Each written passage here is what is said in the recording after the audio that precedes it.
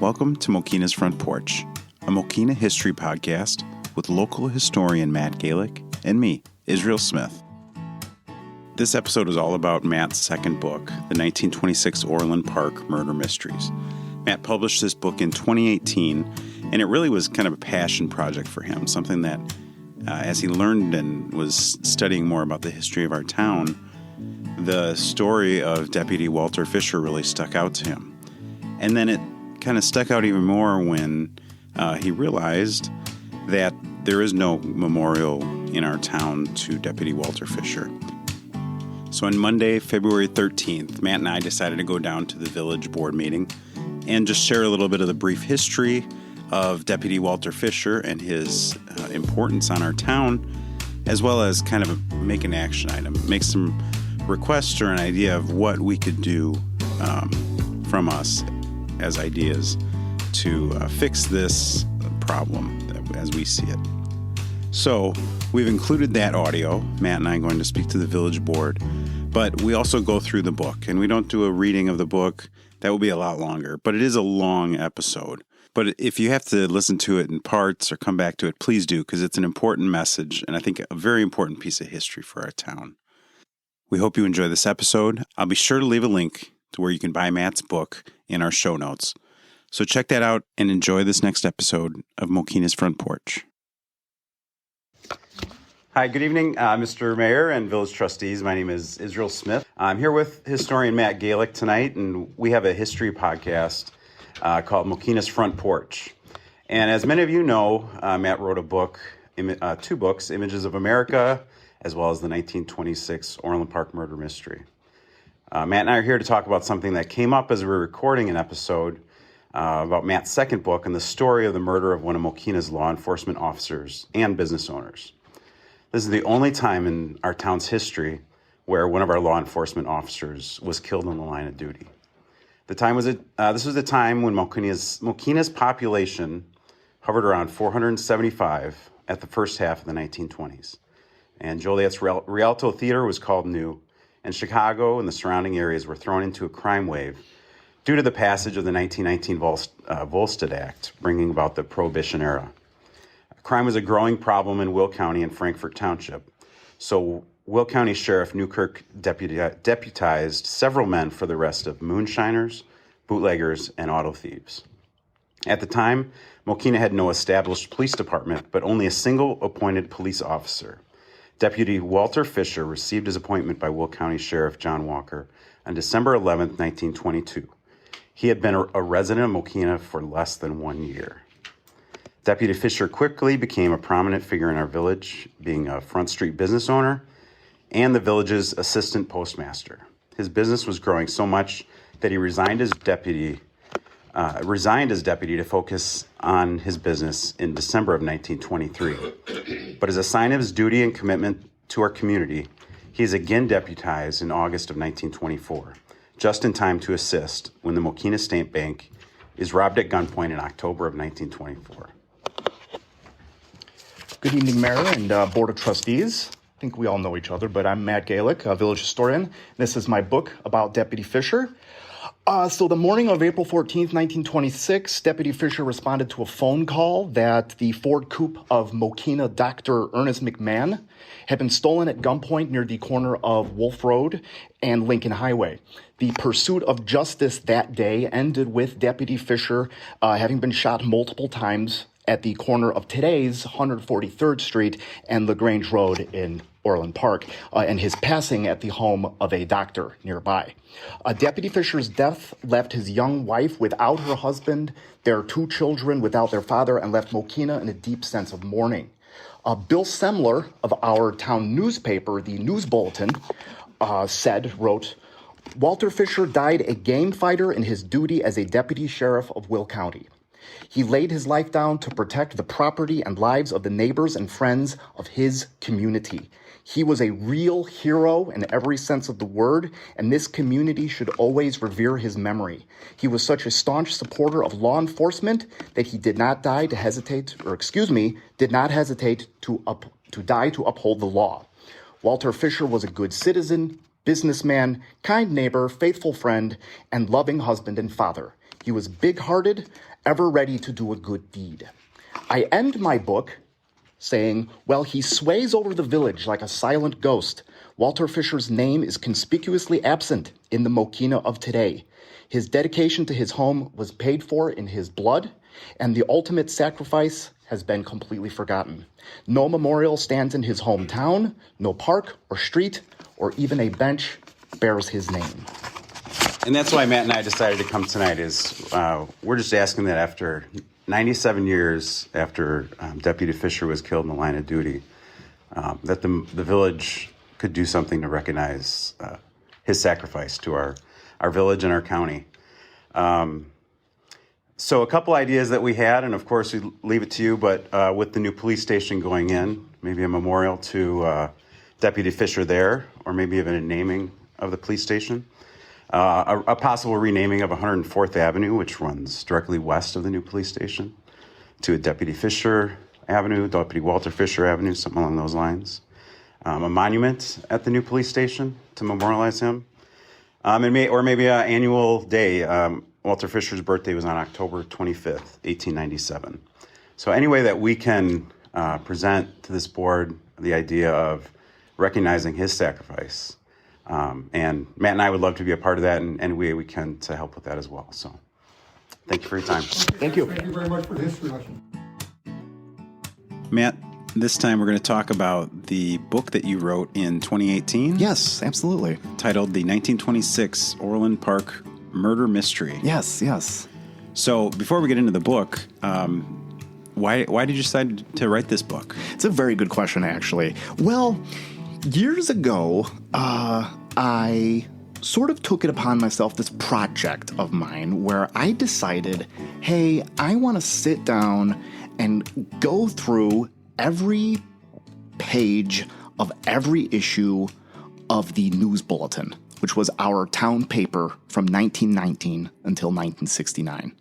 Wow, and that's a huge amount of newspapers to go through. It took me a very, very, very long time. But I started this when I was in high school, so years ago. And the entire, or most, maybe like 99% of the run of the paper is available on microfilm at the Mokena Library and at the Frankfurt Library. So between those... Is that how you were seeing it? Was through the, you were doing microfilm for all of it? Oh, definitely. Wow. Yeah. Oh, yeah. So as I was paging through, my favorite decade of the whole span was the 1920s, because there was just a lot of crazy stuff happening at that time. Not just in Mokena, but kind of, the whole region here, because the paper reported on the neighboring towns and stuff too. But I happened across this story in 1926, April of 1926, of the murder, we can call it, of a Will County Sheriff's deputy from Mokena named Walter Fisher. And it was just such a crazy story to me that it really piqued my interest. And over the course of years, I had been researching it and trying to dig out every single last detail about it. And as everything came into focus to me, I really kind of felt, how would I say, I had this big question of why. Why is this man who literally sacrificed his life for our village, protecting his neighbor's property in the line of his duty, why is he not remembered by anything in this town? There were a few of the oldest residents who could remember having heard about this case. But it had always, in the collective memory, it always got lumped in with the 1924 bank robbery. And the story that was repeated was that he was killed chasing the bank robbers from that event in October 1924. That's not what happened. Walter Fisher didn't die until April of 1926. But I think what happened is, since there were two big crime events that happened relatively close to each other, they just sort of merged together over the years in the fog of time and became one thing. But I'm getting away from your question. There's nothing named after Walter Fisher here. No street, no park, no bench or tree or what have you. And I wanted him to be immortalized and remembered for his sacrifice, because he's the only law enforcement figure in the entire history of Mokena who died in the line of his duty. And explain that, because there was not a Mokena Police Department at the time. That's correct. So how did he become Mokena's law enforcement? That's a good question, actually. So, yeah, the Mokena Police Department, as we know it now, did not exist until much, much later. How law enforcement kind of worked back in his day was that the village board would appoint a constable, someone who kind of took care of law enforcement type things on a part-time basis, sort of on the side, in conjunction with whatever his other job was. But Walter Fisher was not a Mokena constable. He was a Will County sheriff deputy. And how that worked is, in the early 1920s, after Prohibition came into effect, there were lots of problems in Will County with bootlegging and stuff of the sort. So the sheriff went from town to town in what were then the rural communities of Will County, and would deputize a couple men from each town as kind of like a supplement to help them combat bootlegging and prohibition-related offenses. And that's where Walter Fisher came onto the scene, because he was a general storekeeper in Mokena. And we've talked about his store before, but maybe just tell us where he was at. Absolutely. So Walter Fisher, when he first came to Mokena 101 years ago in 1922, he opened up his store in an old building that was on the northwest corner of Front Street and Division Street. Was not there too terribly long, though, because he moved a few doors down further to the west into yet another old building that stood where Dina's barbershop would later stand. A lot of people will remember where that was. Also, unfortunately, a building that's no longer there. But the building that Fisher worked out of was destroyed in a fire only a few years after he died. So it's been gone for a really long time. And the first building he had his business in, he bought from Mr. David Kropp's dad and uncle? That is correct. Yeah, they sort of switched properties, because they were, Roy and Milton Kropp were the owners of a hardware store. And when they first got started out, they opened up in what then was called the Zahn building on the north side of Front Street there. And this business transaction happened where basically they flip-flopped. So Walter Fisher moved into what had been the Kropp hardware store in the old Zahn building, and the Kropps went into the building on the corner of Front and Division Street, where they had their hardware store throughout the 20s. That's a connection to a living connection, actually, to Walter Fisher. Yeah, definitely. So, and again, before we really get into the book, so you decided that you wanted to do something kind of as a memorial or as a memory to Walter Fisher. What did you do? How'd you get from the point of having the idea to putting it in place, getting the book in place? Actually, the whole thing started out in an article that I wrote for the Mokena Messenger back in 2009. I wrote this article, and it was pretty long, so they split it up into two parts. But even after I wrote it, I wrote the whole story of Walter Fisher and his untimely demise, I kind of thought there's still so much to this story that didn't make it into the article in the Messenger. And I thought, well, what's a good venue for this? And I decided, after I wrote my first book, the Mokena book that came out in 2011, I sort of had the experience in writing books, and I thought, this is worthy of a book. There's enough here for a book. Absolutely. So, yeah, kind of took off. And did you go to the same publisher that you used for the Mokena book? Yeah, actually, it's interesting. So the Mokena book was published by Arcadia Publishing, who specializes in these sort of local village community histories.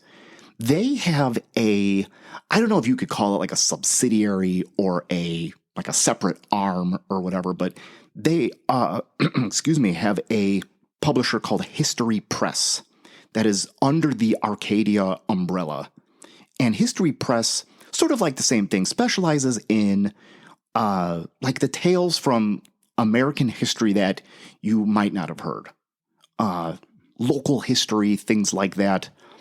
The thing I think that separates History Press and Arcadia is that Arcadia is primarily pictorial histories, whereas with the 1926 Orland Park Murder Mystery, the second book, and a lot of the other stuff History Press has done, they're a lot more text oriented. Tell us about the title. How did you come up with the title? Yeah, that's also why I keep saying it, but that's another good question. So, as I wrote this book, when I wrote the book, my old articles in the Mokena Messenger, the pieces for my blog that I still have today, I am not good at coming up with titles. It's always the last thing I do. So I wrote the whole book, still didn't have a title. But I came up with maybe something like 3 possibilities that I thought were kind of good. And in fact, the one I liked the most was Deadly Pursuit. It was, I forget what the rest of it was, but it was sort of like Deadly Pursuit, Walter Fisher of Mokena, something. But unfortunately, every idea I had, my publisher shot down. They didn't like any of them. And they ultimately sort of arbitrarily decided that they were just going to call it the 1926 Orland Park Murder Mystery. It's like, okay, fine. They're in the business of selling books. So that's what they gave it because they thought it would do the best with that title out in Orland. But I was kind of frustrated by that because as anybody that reads the book will see, it's about 90% a Mokena story, though. Sure, yeah. It's about Mokena people, and one of the events, did not take place in Mokena, but still kind of, irritates me a little because I think, well, maybe there's a lot of Mokena people that might see this and not pick it up because they see Orland Park. One of the first lines in the book that really stuck out to me, and it says a lot about the time that this was going on, and it's in relation to talking about Mokena, and the line is, not 35 miles to the north, the Thompson submachine gun was earning in blood its moniker, the Chicago typewriter. Yeah. So with that start, tell us kind of a little bit about how the book starts, where we're at, what's going on. Yeah, so the book opens up with the discovery of a body that this took place out in one of the near suburbs to Chicago, one of the near western suburbs. I believe this happened in Broadview, I want to say, but it was the discovery of a body, a very brutalized and bloody one. This was not Deputy Fisher, but without giving away too much from the book, it would turn out that this dead man that was found in the middle of a road late at night would by and by come to be called the murderer of Deputy Fisher. And that's one of the tricky parts of this whole case and why it's called a murder mystery, because the prime suspect in Deputy Fisher's killing was ultimately killed himself the same day under circumstances that were never totally cleared up. And through a strange kind of twist, another man was ultimately found guilty and sent to prison and did time for it. So before we get to that, let's talk about, we've talked a little bit about Walter Fisher. Yeah. But tell us about the crime. So the crime, how it all went down is, let's see, there's a lot of little facets to this. Where do I start? So the day was April 14th, 1926. Mokena is still a very small rural farm town at the time. Around 475 people, I think is what you said in the book. Yeah, that sounds about right. Yeah, 475 thereabouts. So very small. Everybody knew each other. This afternoon, a local man, Dr. Ernest McMahon, who was our village doctor, was in practice for many, many years. A lot of people actually still remember him. Had his car stolen out from under him at what then was a country intersection of Lincoln Highway and what today we would call Wolf Road. And the crime is nowadays we would call this carjacking. He was traveling, he was headed east down the Lincoln Highway. And as he approached the intersection with what then they just called the Mokena Road, but later on came to be called Wolf Road, as he got up close to the intersection, a man stepped out from some brush who was carrying some big bags or sacks hoisted over his shoulder, kind of flagged him down and got him to stop. And as Dr. McMahon stopped, slowed down, thinking, this is some guy who's maybe had car trouble or is in some other emergency, needed help, was greeted with a pistol to his face. And the man explained something along the lines of, "I need your car right now." So Dr. McMahon was not one to argue with the gun. He got out. The unknown auto thief gave him his doctor bag from inside the car. He got in the car, sped off to the east, and disappeared into the horizon. Dr. McMahon, in his, I guess you could call it panic, I know I would have been panicked, went to the farmhouse of a man by the name Clarence Cleveland, who had his farm on the, most of it was on the southern side of that intersection, Lincoln Highway and today's Wolf Road. Went up to his farmhouse, which stood right about where McAllister's Deli is nowadays. Crumble Cookie, that little shopping center right there, that's where Clarence Cleveland's farmhouse was. So he frantically knocked on the door. Mr. Cleveland came and Dr. McMahon explained what had happened. And together from the Cleveland house, they made a phone call into Mokena explaining what had happened.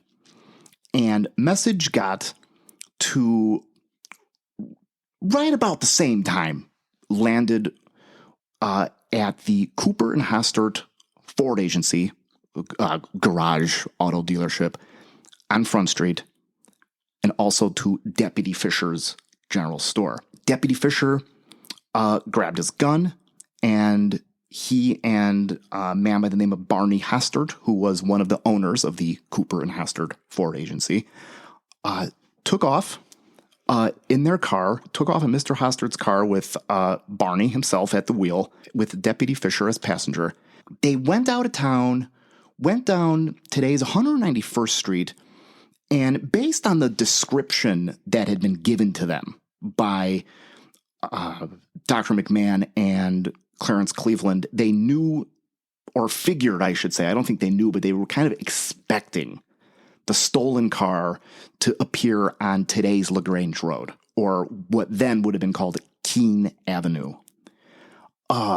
The small town being what it was, they knew Dr. McMahon's car by sight, and they waited somewhere in the vicinity of the intersection of today's 191st Street and Grange Road. After having made haste to get there, sure enough, didn't have to wait too terribly long, saw the car coming towards them, and they gave pursuit. Deputy Fisher and Barney Hastert chased the car thief in Dr. McMahon's car all the way up until just outside of Orland Park. Something happened right at the intersection of Grange Road and 143rd Street, where descriptions kind of vary a little bit as to what happened, but it sounds like they were able to get close enough to the fleeing car thief to where they were able to kind of overtake him in a way and forced him to stop, at which point Deputy Fisher jumped out of the car with his gun drawn, and the car thief drew his own gun and shot and fatally wounded Deputy Fisher, who died a short time later after he was carried into Orland proper. And you give a good description of this shootout Yeah, He gets out of his car. Walter Fisher gets out of his car and or is stepping out of the car, I believe. Yeah. And the gunman opens fire, and Walter Fisher also opens fire at the same time. Is that correct? That is absolutely correct. Yeah. Basically it happened very quickly, but simultaneously. Barney Hastert, who was there, would later testify that they were close enough to each other to have shaken hands. He also testified that Deputy Fisher's shots did wound the gunman / auto thief. In fact, investigators later found a trail of blood at the scene because he did take off on foot, but a few minutes later came back to the car and resumed driving off. Now, one thing that I think is really interesting is, we think about the stories and you hear them in modern time. Mm-hmm. When I looked up, the doctor's car was, I think, a 1924 Ford Coupe. Mm-hmm. That's right. Yeah. These are not like sports cars. These are not. This is an old, early car. So it gives a little more to the picture of the story when you think about these. They're not big cars like we're used to today. No, definitely not. You were right. They could be right up next to them. Absolutely. So that to bring a little clarity to that picture there. Oh, definitely. Yeah, these were not huge cars. These were not cars built for speed either. I don't know what their max speeds they reached during this car chase. And was Barney Hastert, was he wounded at all? As a matter of fact, he was. He was so close to this entire thing as it happened that either a piece of broken glass or they posited it could have been one of the gunman's stray rounds sort of clipped the tip of his nose, which left him with a visible scar, actually. For the rest of his life, and I've talked to people who remembered it. He passed away at the end of the 1950s, but he carried a visible scar on his nose from that. So Deputy Fisher was shot. He was. Barney Hastert he's okay. He's slightly wounded, and the gunman is now at this point taken off and gone. That is correct. So what happens to Walter Fisher and Barney Hastert? Yeah. So what happened was, the shootout happens. Barney Hastert sort of instinctively ducked inside the car. Deputy Fisher he fell out of the car as he was sort of in the process of jumping out of it when the shooting happened. He's laying on the ground. Gunman took off on foot. As the shots are exchanged, there was a candy salesman who was in Orland at a general store on 143rd Street who had heard the shots happening. And I guess you could call it bravely, came out to the intersection to see what was going on. And this is immediately after the shooting happens. He finds Barney Hastert and Deputy Fisher, Barney having run off immediately afterward to a nearby farmhouse to try to get some help, but there was nobody home. The salesman, whose name I forget, loaded the two guys, including severely wounded Deputy Fisher, into his own car, drove them back into Orland, and took him to the village doctor's house. That was Dr. Schussler, I believe was his name, to a house that's actually still standing, but doctor's not home. So they managed to carry Walter Fisher, who was barely alive at this point, into the doctor's office in his house, and it was there that he bled to death within a few minutes of this having happened. And as this was going on, after the candy salesman came and took the guys into town, that's when the gunman came back, jumped once again into Dr. McMahon's car and drove off and disappeared for the time being. So Walter Fisher dies in the doctor's home with no doctor there to help him out. That is correct. Absolutely. So now tell us who Dan Hesly was. So Dan Hesly is a very interesting character. He is a Chicago man, who was a young man at this point, about 25 years old, who, as he's growing up, as he's in high school, very athletic kind of guy, played some sports, was kind of a tinkerer, like he was interested in radios. In any case, the details are in the book, but also was kind of a troublemaker, going way back, always getting himself into trouble, had done some time previously.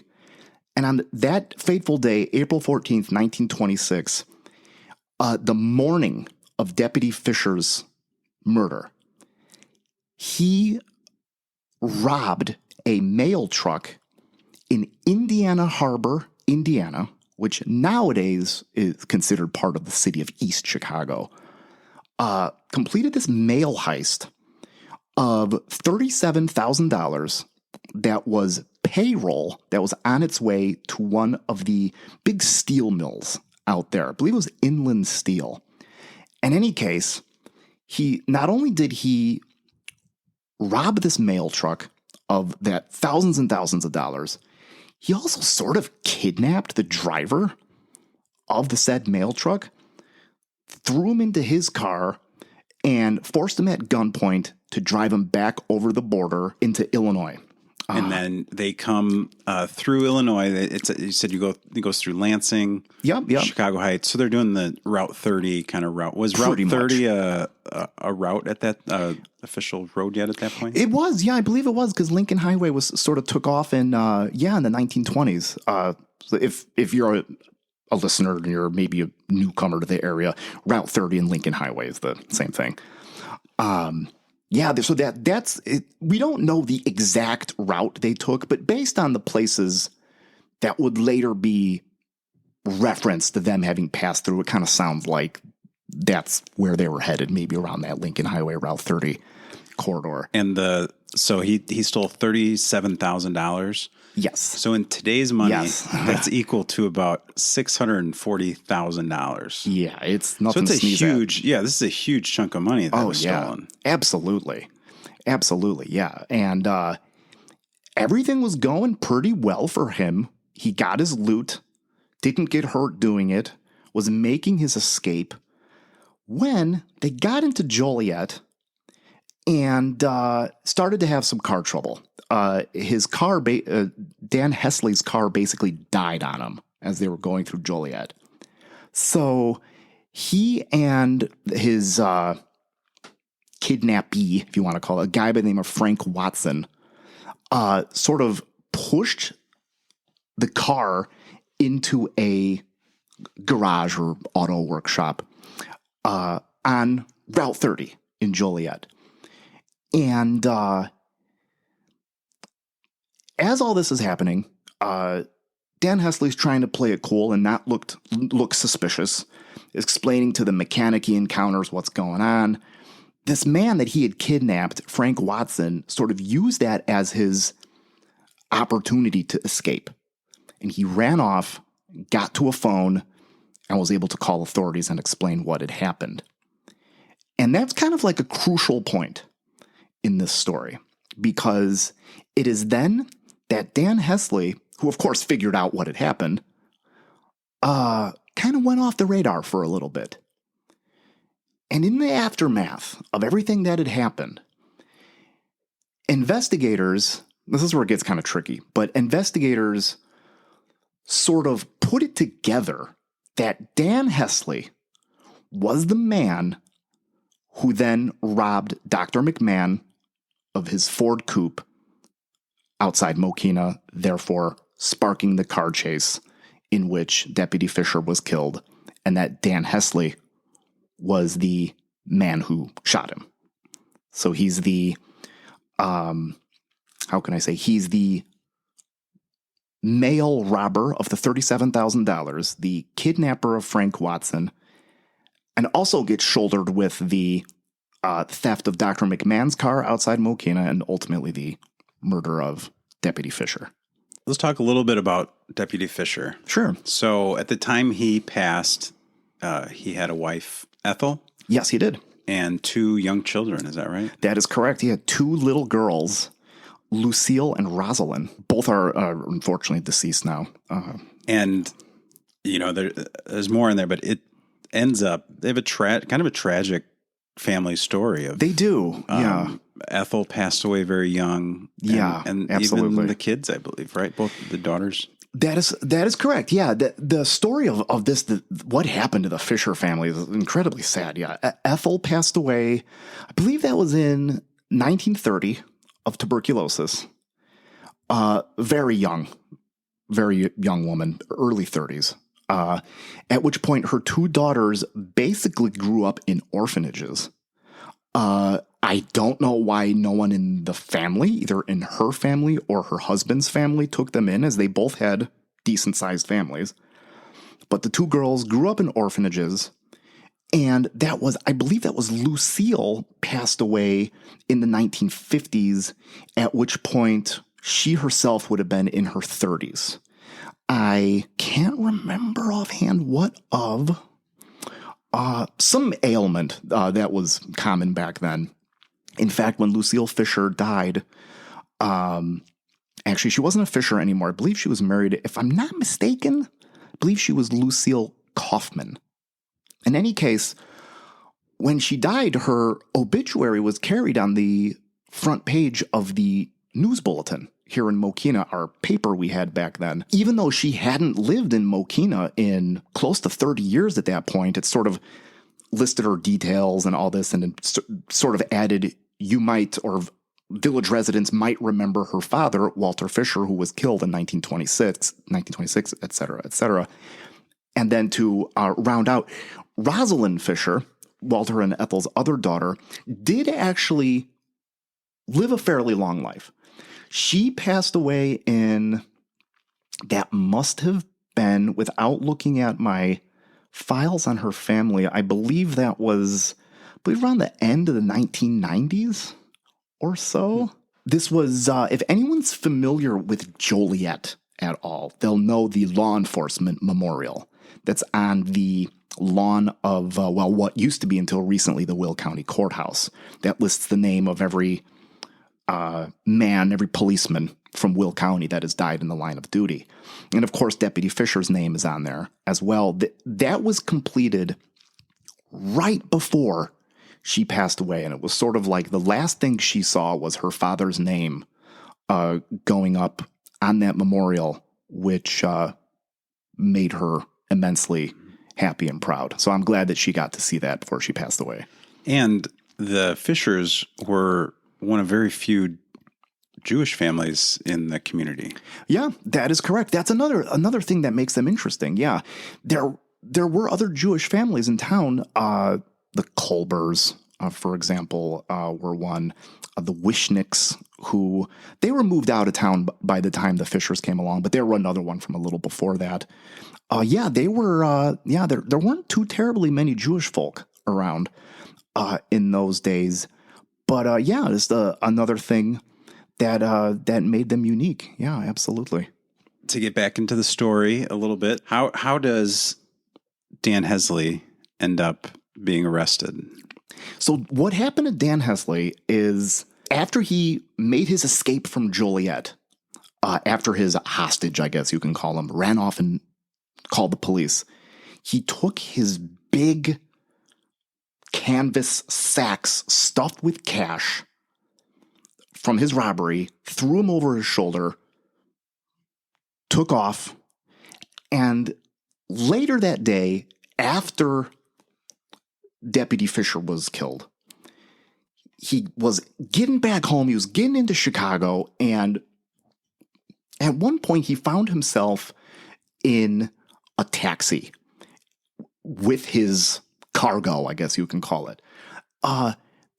As he was paying his fee to the cab driver, he gave the man a abnormally high tip from one of the literal sacks full of cash he was carrying. The cab driver found that to be very, very suspicious and notified the police about it basically right away. And they jumped on it because the heist that had been completed by Hesly in Indiana Harbor was big news the day it happened, and it was on all law enforcement's radar sort of immediately. So that alone is what made him a suspect. Somehow or other, they were able to put it together that the passenger had been Dan Hesly. And he was on the run for a few days with his wife. He was a young married man. He was holed up in the Morrison Hotel in Chicago, right in the Loop. In fact, if we have any listeners that are, maybe work in the city or familiar with Chicago, that hotel stood where Chase Tower is nowadays on, well, let's see, what is it front on? Yeah, it's Clark and Madison, I believe right? So. Yeah, I believe so. It's one of the tallest buildings in Chicago, but yeah, Chase Tower, that's where the Morrison Hotel used to be. And that's where the authorities, postal inspectors, policemen, what have you, caught up with him and arrested him right there at the Morrison Hotel a few days after the heist and murder. And he had been spending some of the money and with his wife, was it his pregnant wife at the time? That's right. Yeah, she was expecting at the time. That is right. Yeah. Yeah. He had gone through a little bit of the money, but he had sort of stashed away a lot of it. I think he had some of it hidden in a garbage can at his mother's house, if I'm not mistaken.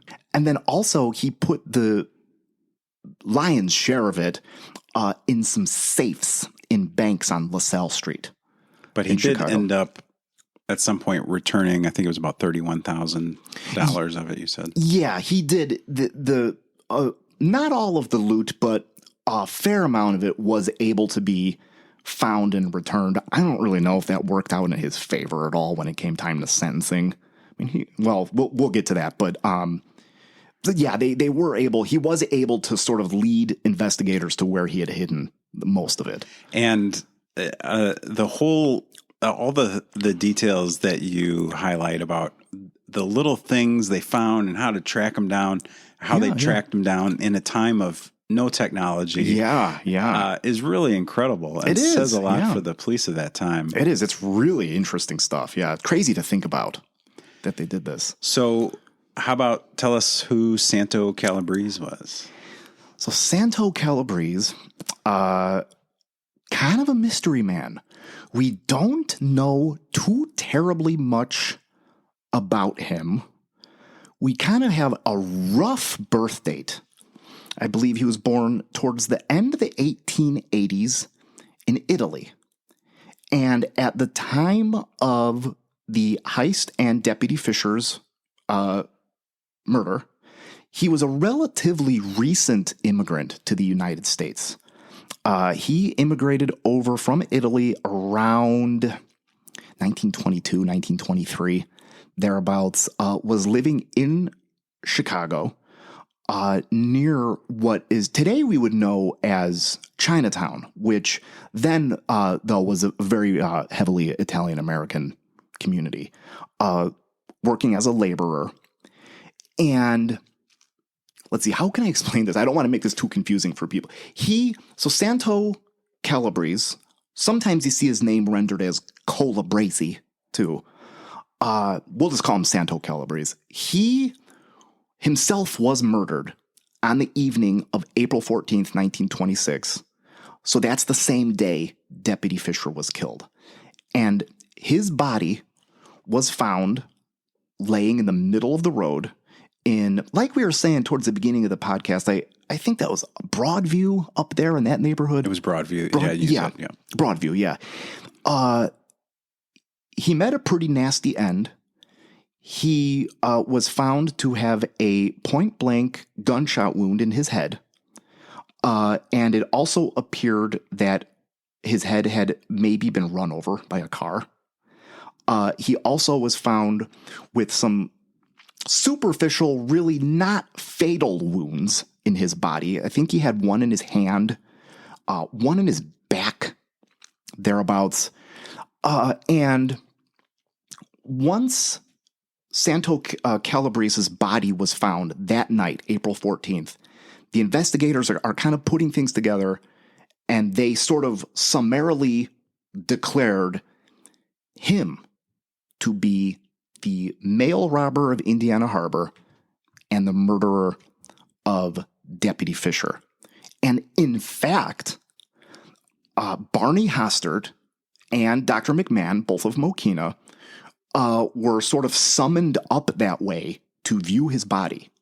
And they both positively identified him as being the man they saw, both respectively steal their car and shoot Deputy Fisher.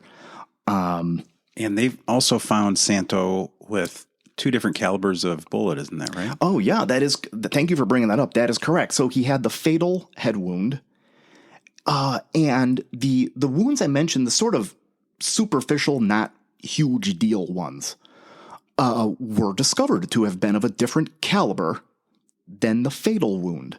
So this was one of those things that sort of helped tip the investigators into the direction of, okay, this was the man that killed Deputy Fisher, because, as we remember, Barney Hastert, who was there at the shooting, testified that Deputy Fisher had wounded the man who ultimately killed him. And I think there's some report somewhere that says that the actual rounds were removed out of Santo Calabrese's body and successfully matched to Deputy Fisher's gun, his revolver. So it kind of throws that's where the question and the mystery comes in. Exactly. Yeah, this is why the book is called a murder mystery, because we have Santo Calabrese dies under circumstances that were never cleared up, never any suspects in his killing, never any motive. Although it was posited that co-conspirators must have killed him, who stole the money from him that he had robbed earlier that day. In any case, in the immediate aftermath of the mail robbery and Deputy Fisher's murder the same day, Santo Calabrese is named the suspect/guilty party in both cases. But then a few days later, Dan Hesly comes along. He is arrested and charged with both crimes. And the media at the time was saying that, yeah, the whole thing with Santo Calabrese, we have no idea who killed him. It's an unsolved case as of now. And it was kind of put out there as red herring to lull Dan Hesly into a feeling of safety and to get him to let his guard down. Doesn't really explain the fact that, according to this one mention that made it into the media, that bullets were removed from Santo Calabrese that were said to be conclusively matched to Deputy Fisher's revolver. In the aftermath, we have Barney Hastert and Dr. McMahon changing their testimony and saying, actually, no, it was Dan Hesly that we saw that day. So, but that comes after a face-to-face with Hesly. That is true. After a face-to-face lineup, they both changed their testimony and positively identified him, Hesly. So there are a lot of weird little things about this case that don't really add up. And for what it's worth, Dan Hesly was tried and sentenced, found guilty for both crimes. The mail heist in 1926, and then a year later in 27, he was taken out of prison and tried for the murder of Deputy Fisher. He always maintained until his dying day, he admitted guilt in the mail heist, but always maintained his innocence in the murder of Deputy Fisher. And Dan Hesly first, so he's convicted of the robbery and is sent to Leavenworth Prison in Kansas. That is correct. And then shortly after, sometime after that, he's moved to Alcatraz. That is correct. His mugshot from Alcatraz is featured on the front cover of the book here. That it is, yeah. And it is. So what happened there? He's in Alcatraz. How does he? What happens after that? So yeah, he he's up there in Leavenworth, and there was some disciplinary infraction or something. Something was going wrong at Leavenworth, so they packed him up and sent him to Alcatraz. Finishes his sentence, which I believe was 25 years. 25 years for the mail heist he got. Then he began serving the sentence for the murder of Deputy Fisher at the state penitentiary in Joliet. So he gets out of Leavenworth around, 36, 46. That'd be around 1951, I think. Sent to Joliet, where he begins doing his time there. And this is another one of these things where we don't really know too much about the details of what happened here, because unfortunately, most, if not all, of the records on prisoners from the penitentiary in Joliet were destroyed. So we can't really totally say, but he didn't do really that much at all of his sentence in Joliet for Walter Fisher before they sent him home. And interestingly enough, he was at the prison, the old Joliet prison. Yes. And the place that his car broke down on the escape was not that far away. It was just kind of around the corner, down 30 and from the old prison there. Yeah, not far at all, really. Yeah, so that's kind of a weird twist of fate there for him. Yeah, absolutely. So, Santo, he's buried in a unmarked grave. That is correct. And do you remember where that is? And Yeah.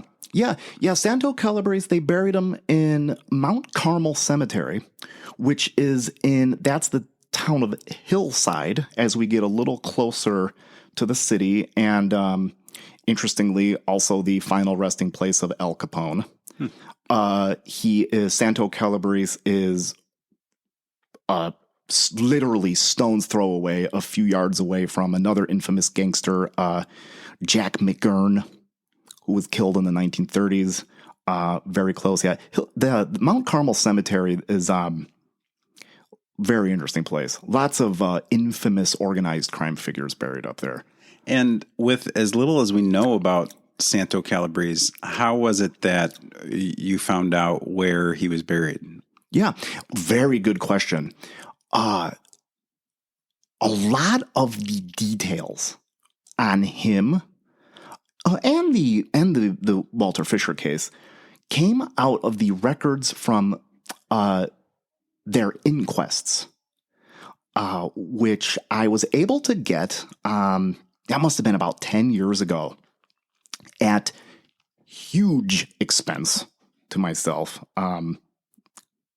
It's absolutely embarrassing how much money I spent on this, so I won't say, but I had to order them from the Cook County Department of Health, as the newspaper accounts from both cases, both Deputy Fisher and Santo Calabrese, both reference inquests having been performed on them. So I thought, if those records are still around, there might be something interesting in those. And sure enough, I was able to get them, and each one contained dozens of pages of details about the crimes themselves. And I think it was somewhere in there that it was referenced that Santo Calabrese was buried at Mount Carmel. If it wasn't for that, I never would have found him. Wow, that must have been some interesting reading through that too. Oh, definitely. Yeah. What do you think? Did you pull a lot of the book from those? A fair amount, yeah. Especially in terms of the actual crimes themselves. A lot of it came from that. And we talk a lot about the newspaper coverage, and that was a huge part. And that's a huge part of how we know today what happened. Yeah, definitely. And Bill Semler at the paper there wrote a beautiful eulogy and had some really good words. So it's part of the book here, and I was hoping you'd just read it for us, Matt. Yeah, definitely. I'd be glad to, yeah. Well, he sways over the village like a silent ghost. Walter Fisher's name is conspicuously absent in the Mokena of today. His dedication to his home was paid for in his blood, and this ultimate sacrifice has been completely forgotten. While his name is inscribed with others on the courthouse lawn monument in Joliet, no memorial stands in his hometown. No park or street or even a bench bears his name. On April 14th, 1926, an epic robbery befell the Faceless Inland Steel Company, one that inconvenienced the concern, but from which it ultimately bounced back richer than ever. That day, a life was also brutally robbed, and Walter Fisher's family was forced to go down a long and painful road without him. He gave his life protecting his community, his neighbors, and their property. In the words of editor William Semler of the Mokena News Bulletin, he was a real hero in every sense of the word, and this community should always revere his memory. You know, you can't think of a much better way to honor or memorialize somebody than that. Those words, you can tell they had a relationship. He knew this person, and his heart, along with the heart of the community, was broken and hurt by this loss. Absolutely, yeah, definitely. And again, today it still carries on. So I think that the fact that we're bringing it up today again, but he should be recognized, in this town. I think so too. Definitely. That was a time that was not the Mokena of today. No, definitely not. Yeah. The crime, and you highlight some of that earlier in the book too, and talk about the things that were going on at that time. Right. Yeah. But I'd highly encourage everybody to read the book. Oh, thanks.